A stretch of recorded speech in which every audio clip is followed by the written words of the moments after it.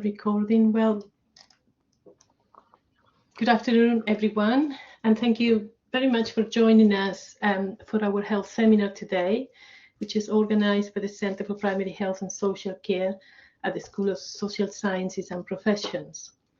My name is Yolanda Erazo. I'm Professor of Health Studies, and I will be sharing this session today, for which I'm very pleased to introduce our speakers, Dr. Imelda McDermott and Professor Schafheutle. Imelda is a social science researcher at the University of Manchester with expertise in health policy analysis and had led research and multiple projects in primary care policy, especially workforce and commissioning. She has been a core member of the Department of Health and Social Care Policy Research Unit in Commissioning and the Healthcare System, and has contributed as well to projects funded by the National Institute for Health Research.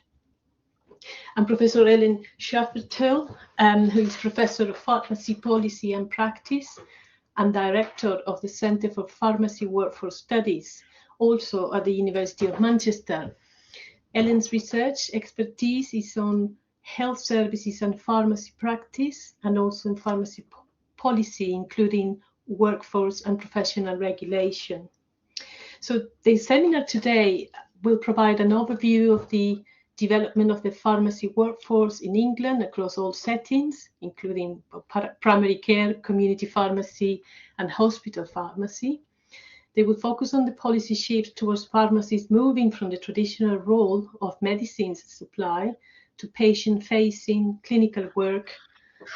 Some of this work done within primary care, often in response to the growing demand on general practitioners and the shifting of care from hospital settings with limited resources to comparatively cheaper, we may say, services in the community. So we will have time for questions and answers at the end of the presentation, and people can obviously use the chat box while the seminar is being presented. We will get back to those questions at the end. And also just to let you know to the audience that we are recording the session. So over to you, Imelda and Ellen, please. Thank you, Yolanda. Thank you very much for that very elaborate and very good introduction about us, really. So yes, just to kind of give you a little bit. So in today's talk, as Yolanda has said, we're going to kind of take you through the changing pharmacy landscape. So as we know, pharmacy as a profession kind of thing has undergone significant changes in recent years, with pharmacists now playing a more active role in patient care and providing a wider range of clinical services.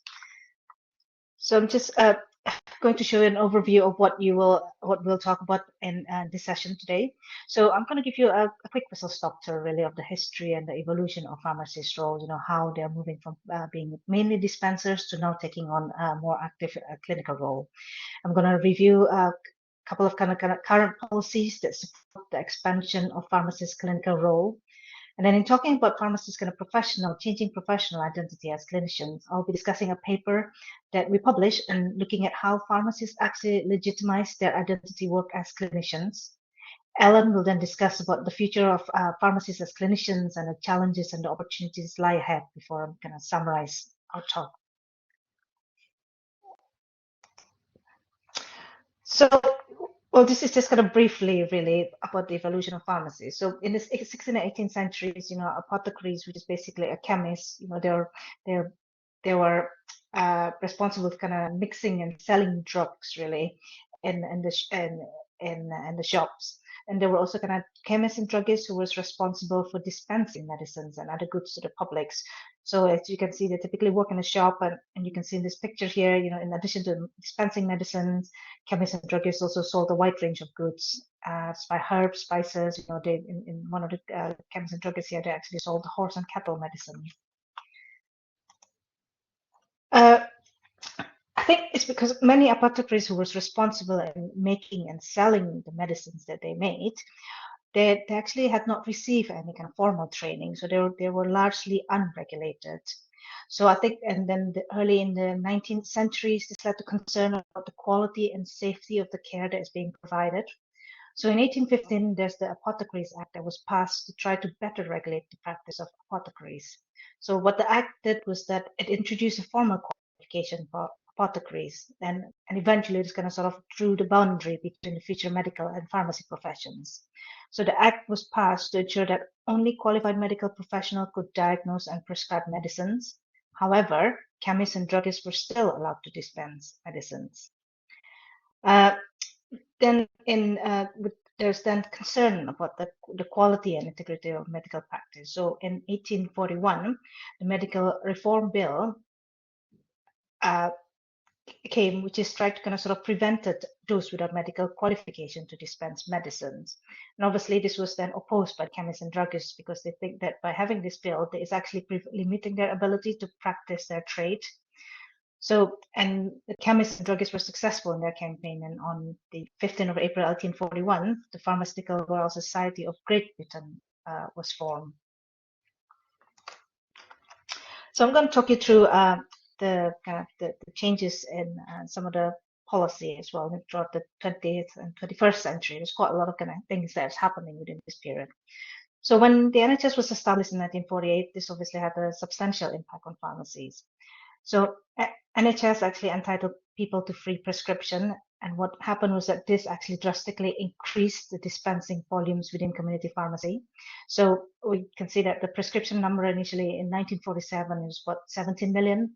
In 1949, after the NHS was established, it was increased to about 250 million. So there was about, from 1948, there was about kind of 94% of the population who obtained the medicines from the registered pharmacists. So today we know that dispensing doctors still exist in rural area, but I think this is a very small proportion of general practice. Throughout the 1950s, there's been a shift in pharmacists' work from scientifically based kind of medicine supply, practice which is largely involved in making and selling medicine and dispensing prescription, to a bit more kind of clinical patient-facing works. And there was also a recognition in hospital of the wider role for hospital pharmacists. So, for example, there's a greater involvement of pharmacists in the ward, in making medical decisions alongside the prescribers. There's pharmacists in hospitals or involved in education and teaching hospital. And pharmacists also becoming responsible for safe and secure handling of medicine within the whole hospital. And during the 1960s, globally, there was a separation between prescribing and supply function. There was also the expansion of pharmaceutical industries during the 60s, which meant that pharmacists no longer need to compound medicine. And this can obviously then has led to a rise in dispensing volume for community pharmacy. So dispensing is becoming the focus for community pharmacists, and indeed it becomes their main income stream. So in this setting, community pharmacists spending less time dealing with patients, and they're becoming mainly dispensers. In 1999, pharmacists gained prescribing rights. So this stems from the Cambridge report in 1986, where independent prescribing was first proposed. So it was initially in 1986, it was the Cambridge report kind of suggested that actually patients' access to treatment could be enhanced if community-based nurses were able to prescribe for a limited list of items. So, for example, for things like dressings, ointment, it's like everyday nursing things. So in 1998, the nurses gained their prescribing rights, and this followed by the pharmacists in 1999. But the prescribing rights that pharmacists has is a supplementary prescribing, which means that pharmacists could prescribe a limited range of medication within an agreed clinical management plan, which is usually done by a doctor. And to improve kind of patient access to medicine and recognize that, and the fact that those recognitions of pharmacists' role and contribution in kind of about safe and effective dispensing, in 2006, pharmacists were given a full independent prescribing rights. This means that it can prescribe any medicine for any medical condition within their competence, that's excluding 3 of the controlled drugs for treatment of addiction. So we can see that, as profession takes on increasingly clinical roles since the 1950s, pharmacists have autonomy to prescribe medicines, but the government believes that this dual responsibility is no longer sustainable. The public would be assured that there's effective independent regulation for this role. So unusually, the Royal Pharmaceutical Society of Great Britain, there were actually both the regulator for pharmacy profession, then there were also the professional bodies, which the two roles could be potentially in conflict. So in 2010, the General Pharmaceutical Council was established. So the GPHC acts as the regulator for pharmacies and pharmacy technicians, and also for the registration and inspection of pharmacy premises. At present here, as of September 2023, according to the GPHC register, there are over 54,000 pharmacists in England and over 21,000 pharmacists on the register. But this number is for England only. Of the 54,000 pharmacists, there are almost 14,000 who are independent prescribers. I know this is quite small here, but I think what I'm trying to show in the slides here is that this is a data from GPHC large sample survey of registered pharmacy professionals from 2019. So the data will be out of date because with the recent policy changes, there'll be a massive increase in the number in primary care. But what I want to show you here is that pharmacists actually work in a wide variety of sectors. And a large proportion of them actually works in the community pharmacy, and that's their main jobs. And again, if you look at the community pharmacy, there are different types of community pharmacies. You know, there are those who works in independent pharmacies. So independent pharmacies is defined as those with 1 to 5 pharmacies. There's some work in the small and medium chain pharmacies that's operating between 6 to 99 pharmacies. And there's also kind of large multiple chain, which is operate more than kind of 100 pharmacies. So they are typically owned and operated by large corporations.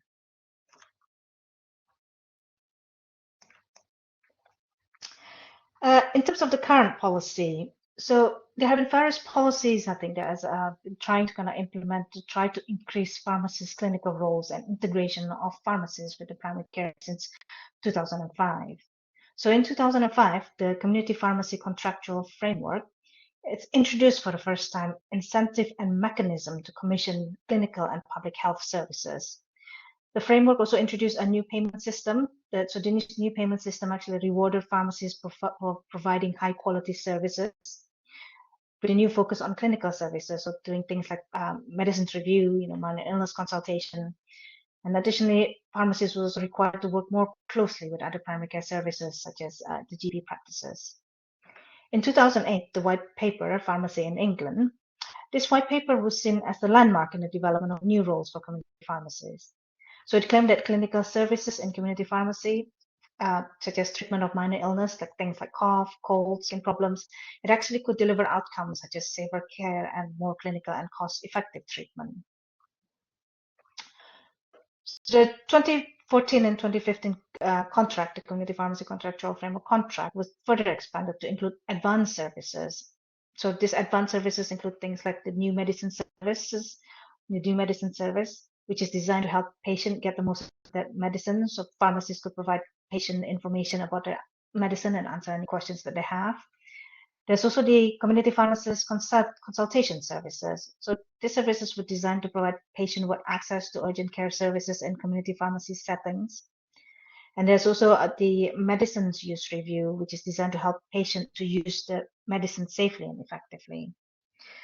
So although there is a widespread belief in the potential of these advanced services to contribute to professional integration and to patient care, it seems that community pharmacists have been unable to fully capitalize the potential to enhance their professions.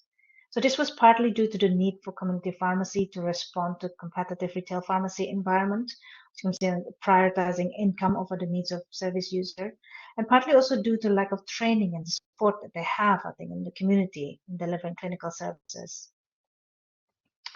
In 2015, we saw the introduction of clinical pharmacists in general practice. So this is something that is new.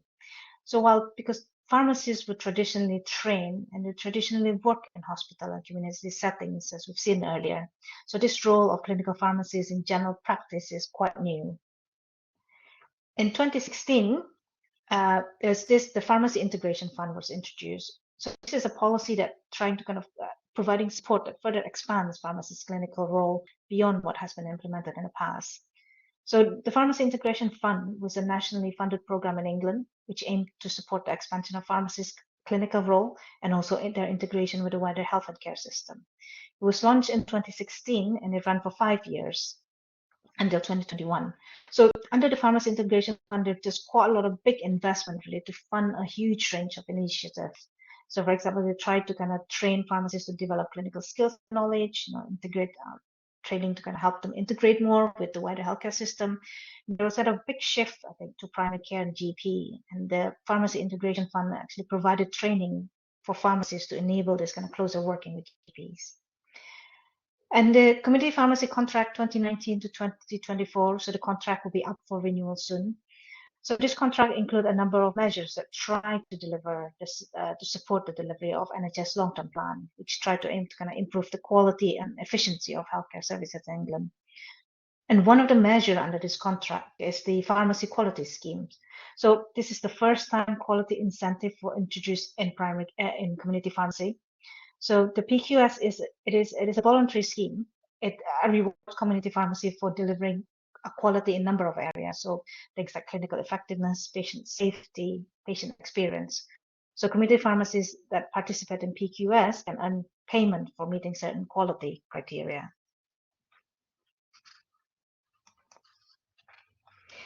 So as we can see that, how pharmacists' evolving role, pharmacists' role had significantly evolved over time.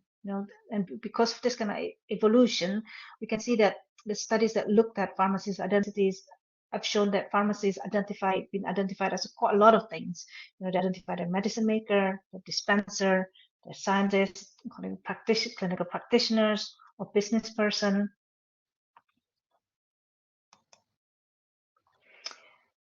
So because of this evolving identities, there have been plenty of research, I think, within pharmacy to look at pharmacy identity formation.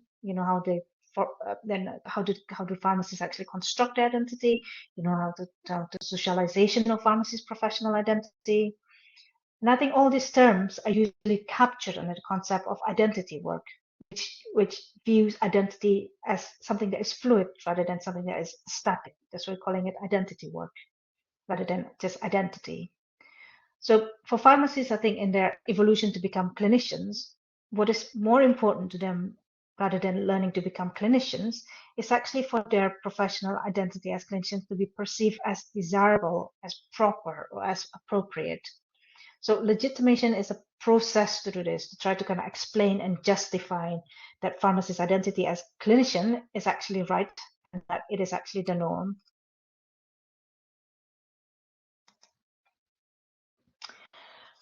So how do we explain then pharmacy's kind of evolving identities as a clinician? So the sociology of profession, and particularly Foucault and clinical gaze, has been kind of quite useful here. So Barber initially suggested that the defining feature of pharmacy is its pharmaceutical gaze, which is the ability to kind of observe, to predict the properties of medicine and predict the effect of medicine, which no other profession has.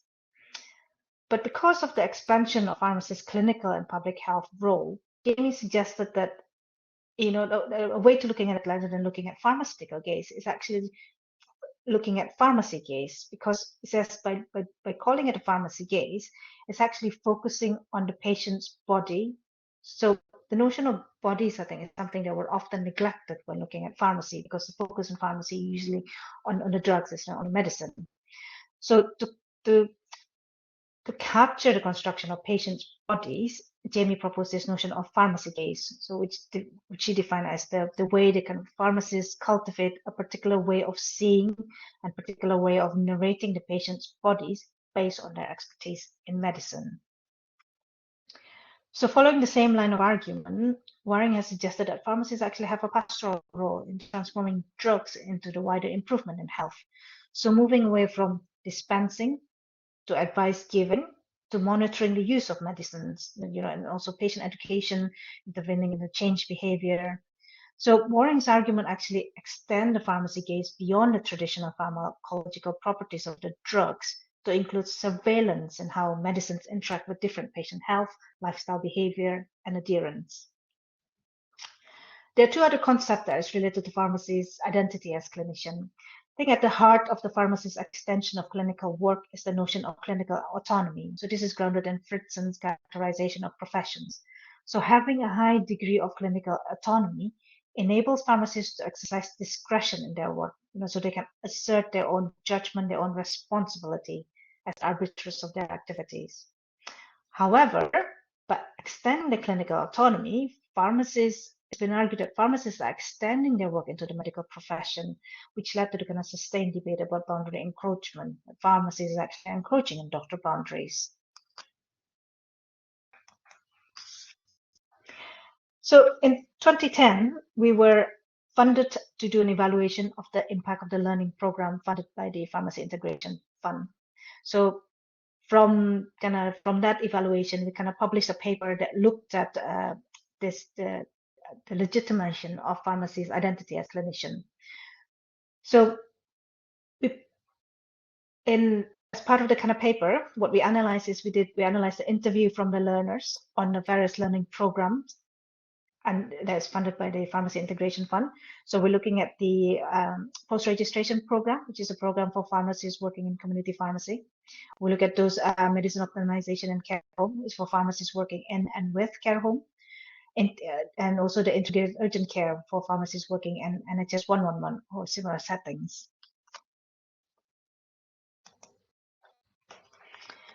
So we use a framework from linguistics to try to analyze the way that pharmacists use language to legitimize their work, because by understanding how pharmacists use language, we can better understand how they actually construct their professional identity as clinicians. So we use one framework by Van Leeuwen called the grammar of legitimation. So what do I mean by grammar of legitimation? So this is the grammar and the linguistic strategies that pharmacists use to legitimize their clinical work and their identity work as clinicians. So by looking at the grammar and linguistic strategies, when we analyze the data, we're not only looking at the content of what was said in the interviews, but also about how the learners or the pharmacists actually describe things. So Van Leeuwen identified a number of ways to do this. So for example, you can using kind of authority by saying that this is what we always do, because everybody else does this, or by calling it something as that this is the norm, or by saying that this is I do X in order to do Y. I think it will be more clearer when I show the examples next. So the first quote here, it shows that the learning programs have actually given pharmacists the feeling of having an equal footing in terms of their knowledge of medicine and certain conditions to doctors. In the second quote here, it says here that while this authority was actually embraced with precaution, as clinical knowledge was still seen as belonging to the domain of medicine. I think this was particularly the case for community pharmacists, which in this way says that these community pharmacists say, I think they just think we're glorified shopkeepers. So there's still a kind of hierarchy in terms of the kind of medical knowledge.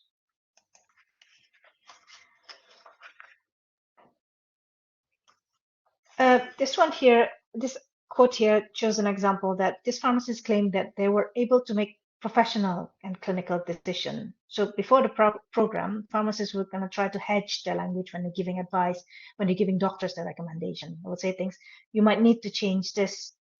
But now they claim that the program has given them the moral authority to say what ought to be, like saying that, this by saying to the doctor, this is the right thing to do. This is actually what needs to happen. This is what you need to do.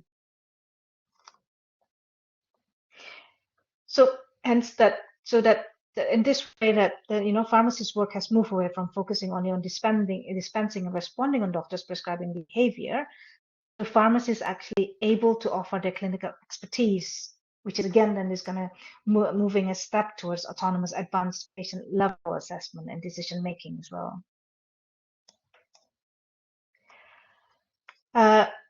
This pharmacist here use what is called rationalization to legitimize their patient-facing work. So the rationale that is described is that with the program, there's an increased trust in pharmacists, specifically I think in terms of patients are more likely to discuss their health issues with them. This pharmacist also compared the ability and confidence that they have before and after the learning program. So he says, before I would say this, but now I'm becoming more confident because I covered this in my course. So the learning programs have given pharmacists that confidence as well. So So from the paper, so what do we conclude from that, from the paper? So from that, we see that in terms of kind of have been a changing status of the professions. Pharmacist was initially seen as being an incomplete profession. I think initially they were described as an incomplete profession, to now they're having a higher degree of clinical autonomy over patient care. I think one of the key factors that we found from the study is that enable this change is the development of a nationally funded program, such as the learning programs under the Pharmacy Integration Fund, to support pharmacists in developing clinical skills and also in giving them the confidence, really. I think what's more important is that the programs have actually given pharmacists the legitimacy to expand their clinical work and their identity work as clinician. There's a concern that the expansion of pharmacists' role is encroaching on the territory of doctors, but I think it is. I think what we found from this study is that this can be that this perception that pharmacists are encroaching doctor roles boundary may be placed, because I think in the context of pharmacy in England, pharmacists retain the right to practice on the periphery of clinical medicine, because the ultimate responsibility for patients still lies with the GP. And also that the extent to which pharmacists adopt their identity work as clinicians should not be assumed as universal, as this can vary by settings and by organizational factors, because traditionally pharmacists are more clinical. They do quite more clinical work in hospitals rather than in community and primary care. But I think the future is changing. And at this point, I'm going to hand over to Ellen. Okay, thank you, Imelda. So you might recognize this slide from earlier, and you might have noticed that actually the latest contractual framework for community pharmacy has an end date of 2024, which isn't all that far off now. So I'm going to talk a little bit now, looking at primary care, as Imelda has, but particularly community pharmacy within that as it integrates, because that's where significant changes are happening. So the actual negotiations for the next 5-year contract, 2024 to 2029, are happening pretty much as we speak, and that will inform how community pharmacists, community pharmacy contribute to healthcare, particularly primary care, but more broadly an integrated system. Very recently, hot off the press relatively, as you can see by the date here, September 2023, a vision commissioned by Community Pharmacy England on community pharmacy was published by the Nuffield Trust and by the King's Fund. And they see this vision for community pharmacy centering on these 4 pillars, many of which are already happening, and illustrate that as I go through the next few slides. So these pillars are around preventing ill health and supporting well-being. The vision is that community pharmacies are seen as local and well-being hubs that they support within their communities people to stay well, much focus on prevention as opposed to treatment, building on the concept of so-called healthy living pharmacies and working within the wider integrated neighbourhood approach.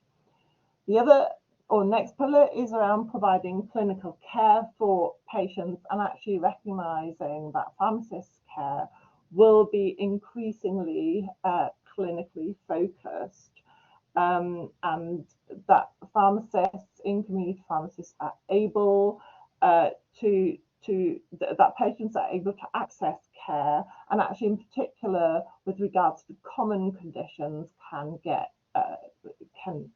access to advice and treatment there, so that community pharmacies are seen as the first port of call for many common ailments, but actually also some long-term condition management, and that this clinical service can be expanded over time, particularly as more and more pharmacists are independent prescribers.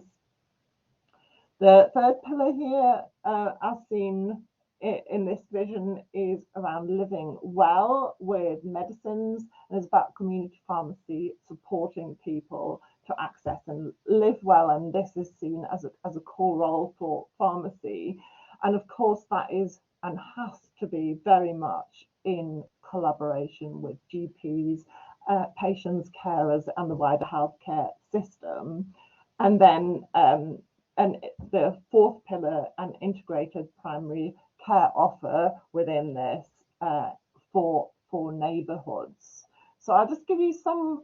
So I entitled that as future, but actually I want to start with what's happening at the moment to just illustrate the kinds of things that are already happening, and that this isn't just the future. In this table, and I'll just talk you through what I'm trying to illustrate this. So here's a number of community pharmacies, and Imelda talked earlier about the different kinds of pharmacies we've got, and I'm trying to build context as well as how service or what kinds of services are delivered. So you see from the figures of the numbers of community pharmacies that over the last number of years, those figures, the numbers of community pharmacies we actually have been slowly decreasing. So there are fewer pharmacies opening than there are closing. However, the number of dispensed items across the board has been increasing gradually year on year. And Imelda mentioned around the NHS with re-prescriptions, how that started, and that actually continues to increase year on year, and the supply happens. Still a major income source for community pharmacy. I've tried to put some illustrative figures on here so you get an idea of what payments are for community pharmacies for individual items. Something that most of you will be aware of, Pharmacists first started delivering flu vaccinations in 2015. At that time, originally with some resistance, in particular from general practice, mainly because the incentives for both were actually working against each other rather than in a way to integrate the two and bring them together. You can see that actually the latest figures were that it was over 5 million flu vaccinations that were given in community pharmacy. These are NHS-funded flu vaccinations.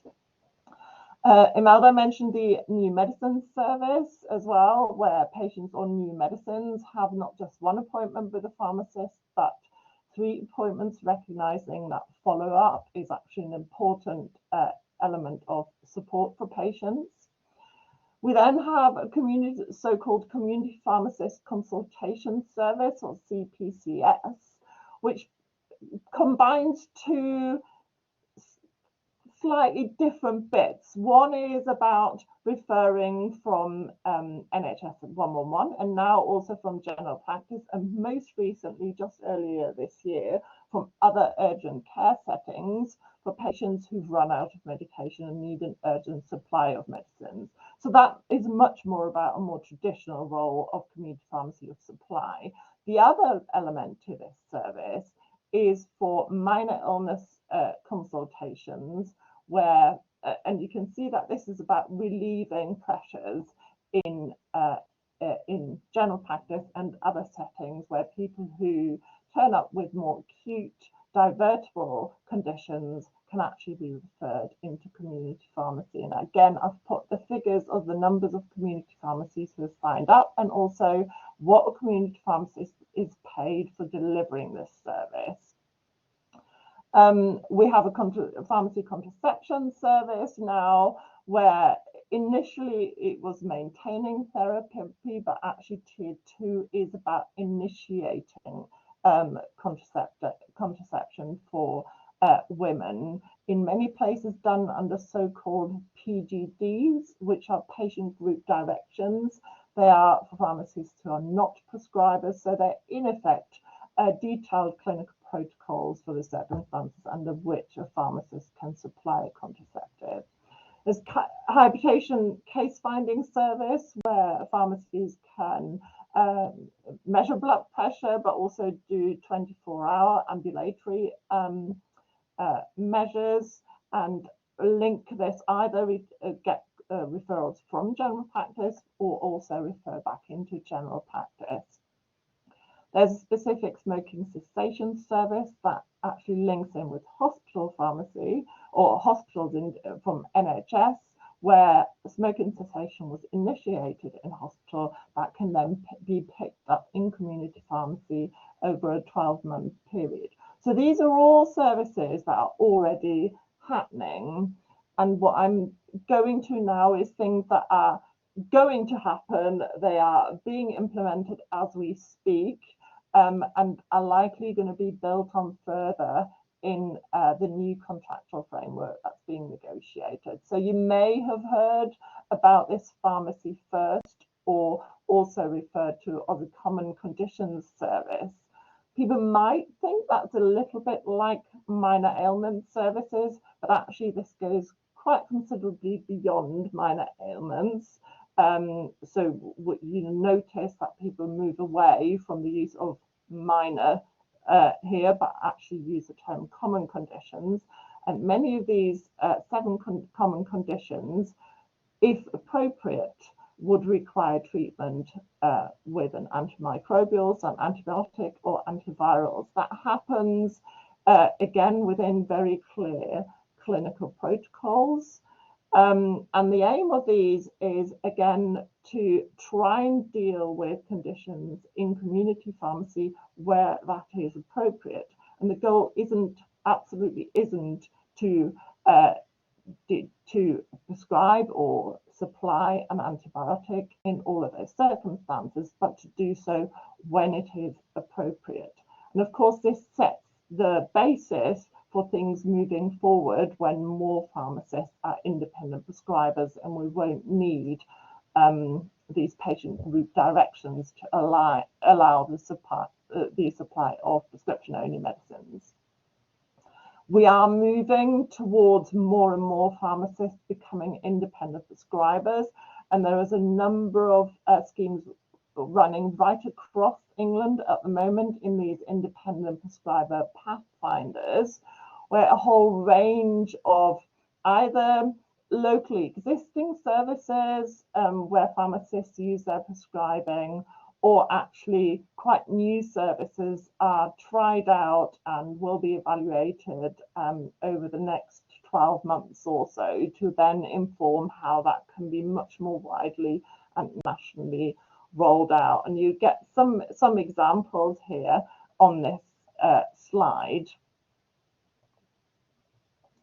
So, and now I just want to finish my slides with trying to put this into a little bit of context, looking into the future from the context of the current.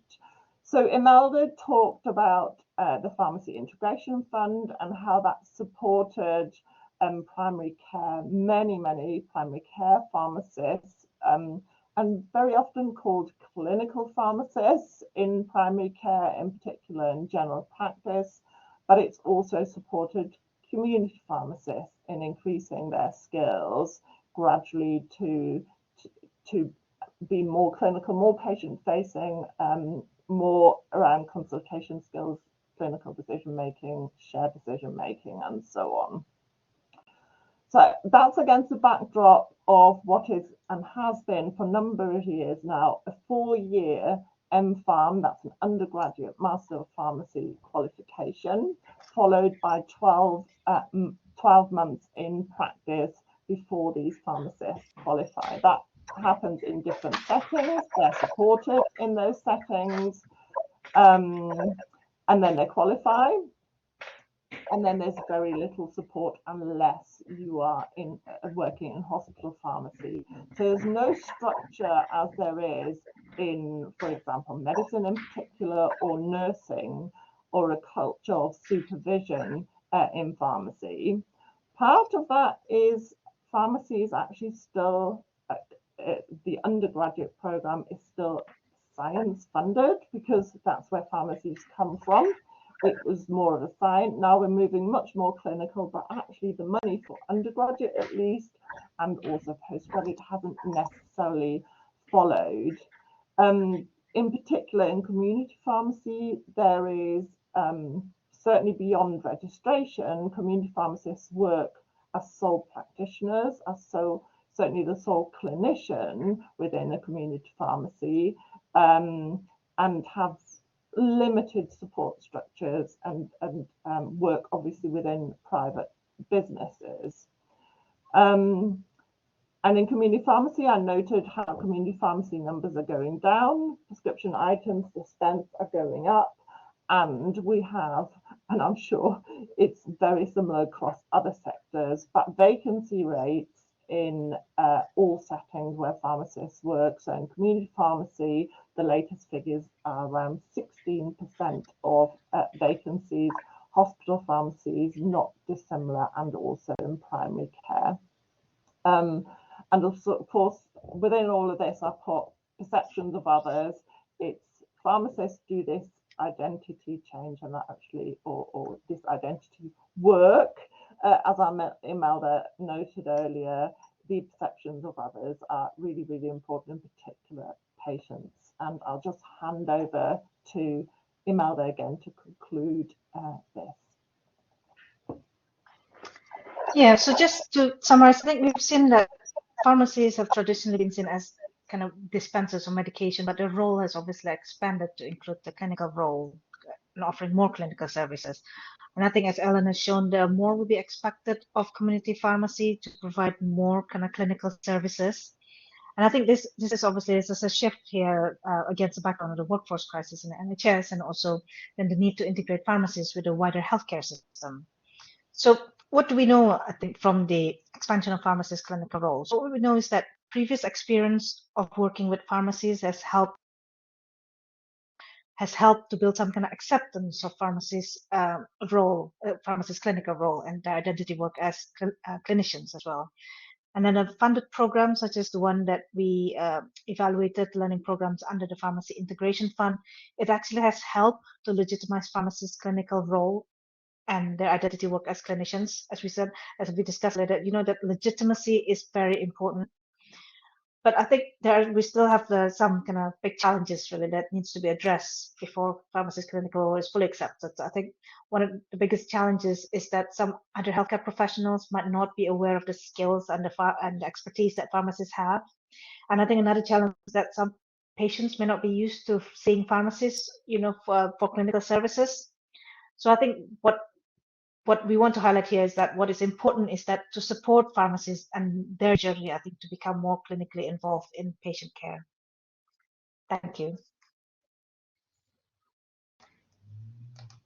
Thank you both so much for this great presentation. I think I'm checking, we open, obviously now we open the floor for questions, and I'll start with the chat box. People can use either the chat box or you can use the mic as well. Just make sure that you have it on. So Sharon Spooner, interesting to hear Ellen's description of current and future proposals for the expanding role of and responsibilities of clinical pharmacists.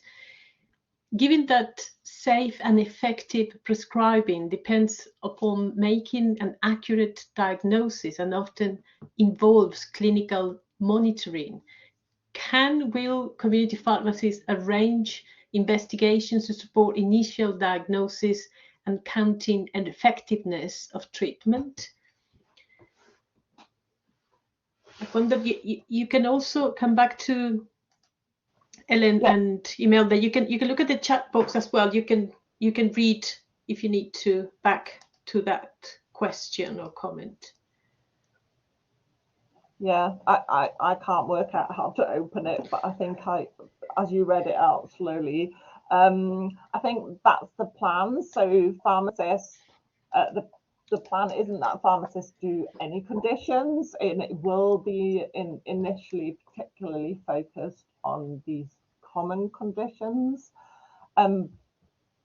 There's lots of bits to that, and there's lots of work going on around it, which is about the systems need to talk to each other. It needs to link in with potentially actually being able to view at least some of the medical information of patients. At the moment, that all that pharmacists can view is the summary care record. which is very, very limited in the information it has.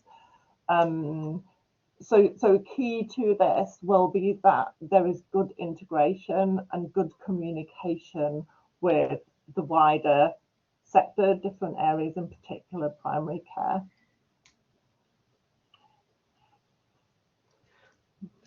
Thank you. And would you say that, I mean, according to the policies or the documentation that your reports or plans that you're seeing, is there a sort of a demand from the pharmacy professionals to ensure that those integration, ensure that communication, say, with the GP, primary care, with or hospitals, will be provided for them to access? Is there a concern from the pharmacy professional about that? Yeah, I mean, pharmacists have been asking to have access to more information to be able to actually be have some of that follow up and link in for quite some time. There's a lot of work, I think, going on through NHS England and in the negotiations about trying to have the systems that link and communicate much better. And they're, I think, trialing them on some of the services where that's important initially before that can be rolled out.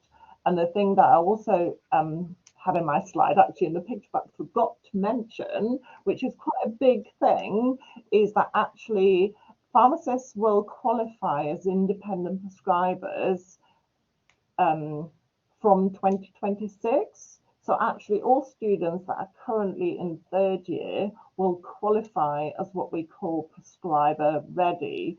So it will be important that you know the services and the support are in the system to make sure that those skills then aren't lost. Mm-hmm. There's a lot happening in parallel to facilitate this. Yeah, just to add that, I think Ella mentioned about the number of initiatives that has been trialed. I think piloted, you know, like the community pharmacy consultation services. So that's gonna try to link general practice, because general practice can refer to community pharmacy. You know, there's quite a lot of pilot that has been done and trying to work out, you know, how that communication work, I think, between primary care and pharmacy. But I think there's still quite a lot of work that needs to be done. Okay. Right.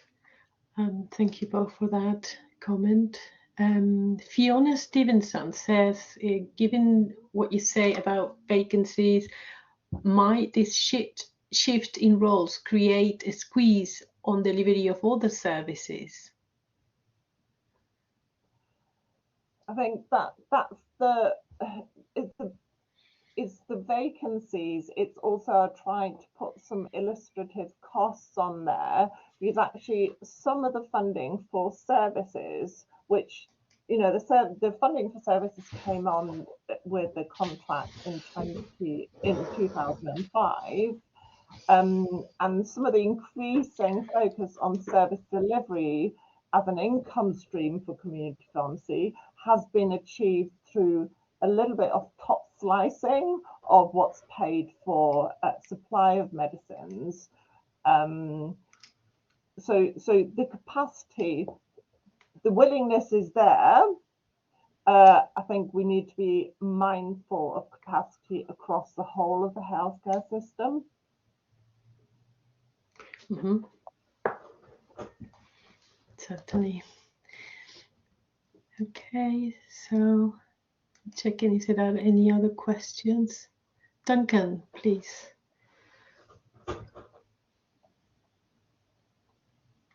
Duncan, we cannot hear you.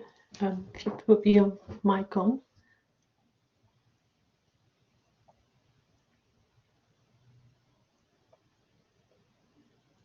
We cannot hear you, Duncan, unfortunately.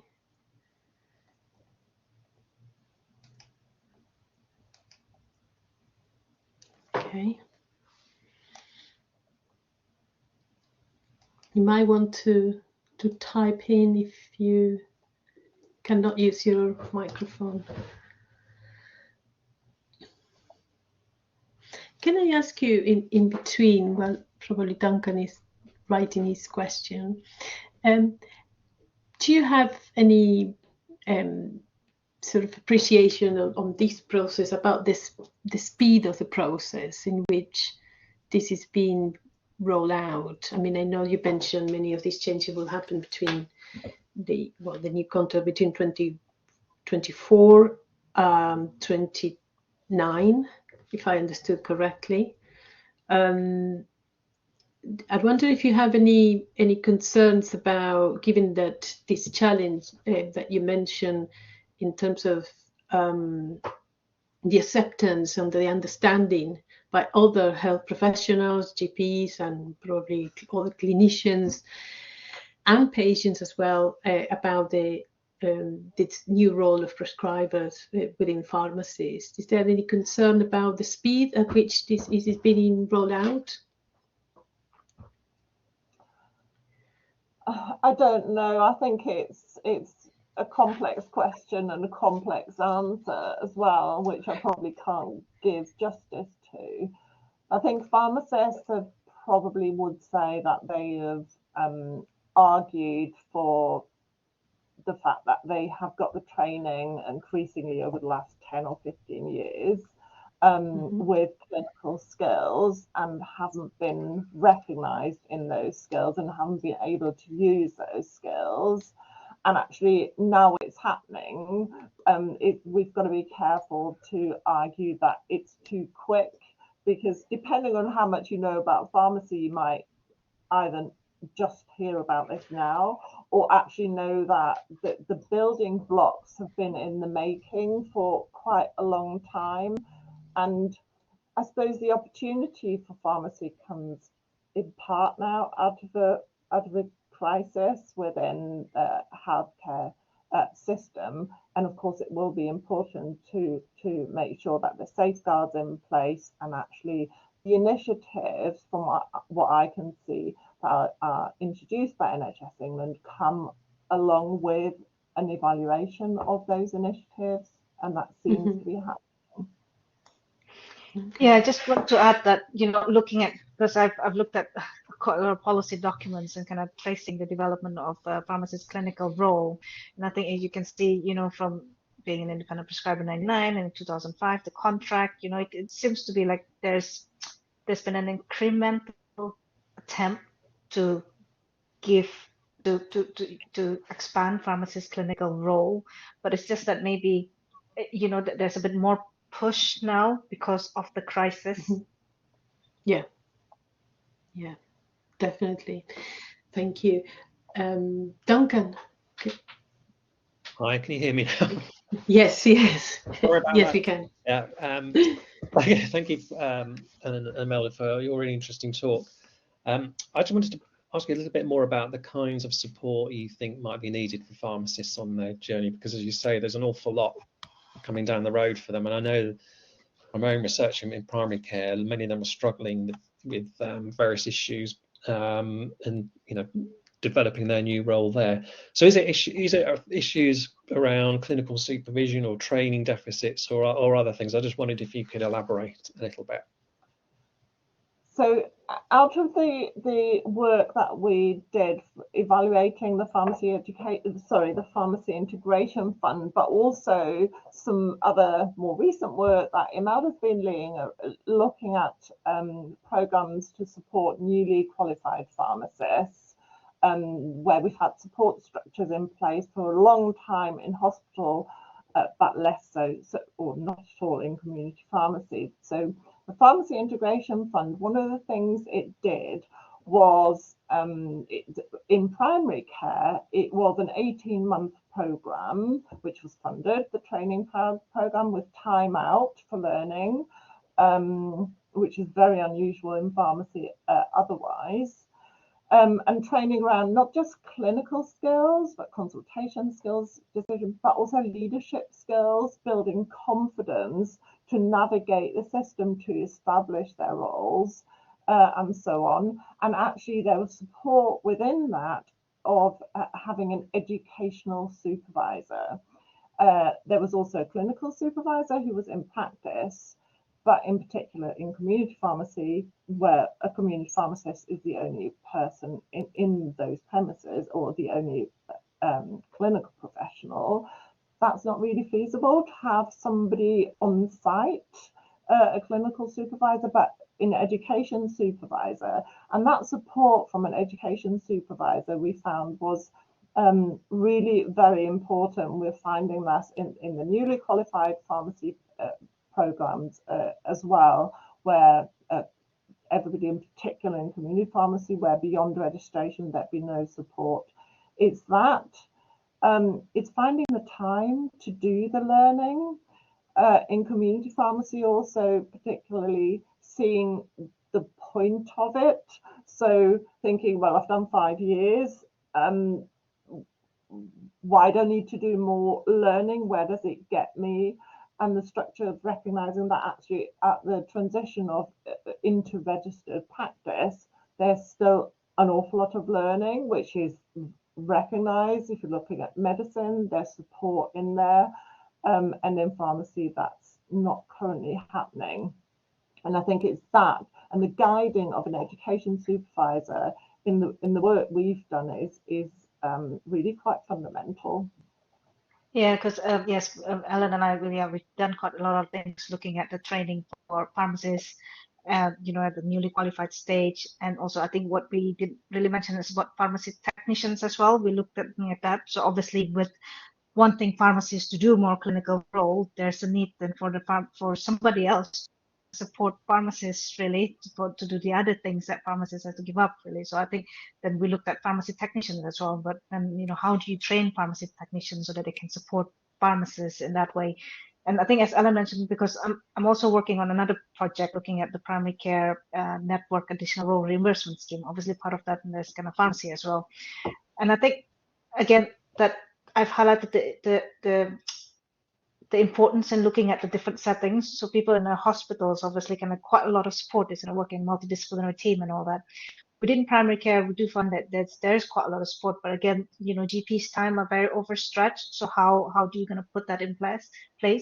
That supervision side of things, and obviously training like the primary care, the primary care, the PCPEP, what is it called, primary care. One of the pathway thing, it's kind of providing that remotely, that is not necessarily just the GP, so somebody else outside that can provide that support.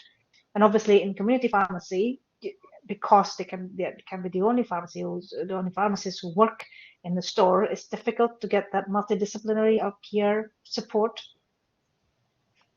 So it's about that recognizing the different sectors that they're in and maybe offering, you know, the support that they need might be different, be it the learning program, be it the, you know, the environment that they are in. And I'm sorry to follow, and I suppose the employer support for that, because of course an employer in community pharmacy, private business, need to see why it's worth their while as a business to invest in their pharmacy workforce, to support training, to maybe give them time for some of that learning. So, and that's not always the case. So we find a lot of the community pharmacists do their learning within their own time.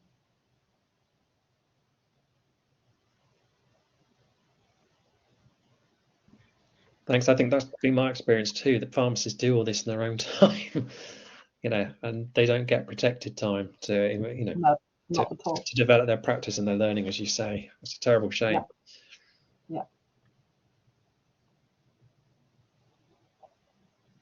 Thanks for that.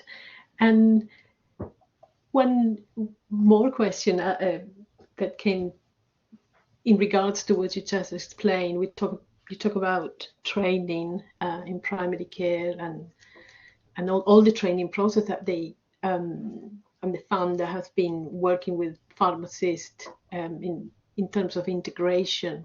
I wonder, is there any plans, or have been any plans, I mean, in all this preparation to train GPs as well? I mean, because it seems to be a lot of efforts in trying to make pharmacists develop that new identity and add these different works in terms of prescription and more clinical work. And I wonder, coming back to the challenge, I mean, if there is any training in that direction as well in the other professions.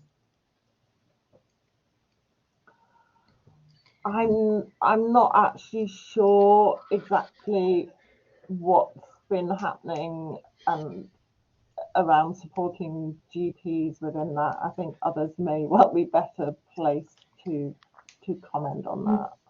Yeah, well, just add, obviously this is kind of related to the study that we looked at in the past on scale mix change in primary care, and also now the one that I'm looking at on additional roles reimbursement scheme staff that is employed under that scheme, is that obviously there's a huge increase, I think, that is required of GP to kind of provide supervision for this staff. But I think it's not really, there's not kind of standardized way yet, I think, to try to, because I think when they implemented the primary care network, the additional reimbursement scheme, you know, they think that just putting a new staff, you know, that solves the problem of the workforce crisis, without thinking that it's actually having an impact on the GP workload. So as part of the study that we looked at in scale mix, is actually GP's work has increased because of the need for this supervision. So the more staff that you add, then the more supervision requirement, I think, that the GPs will need to provide. And obviously there needs to be a look at into how this actually have an impact on GP's workload. And obviously, like you said, obviously there are, what about in terms of how they're going to support providing that supervision is, for different types of staff, because obviously, yes, that you might have an experience of supervising a GP, junior GP, but not necessarily the other healthcare professionals. Yeah, correct. So that links a bit with what Duncan just said, that some of them seem to be at loss. I mean, in terms of supervision or support on their work. Okay, so I'm not sure if there are any more comments or questions. Just checking the chat. Okay. So, okay, so we, just to the audience and for you as well to know that we will be uploading, I should stop the recording now.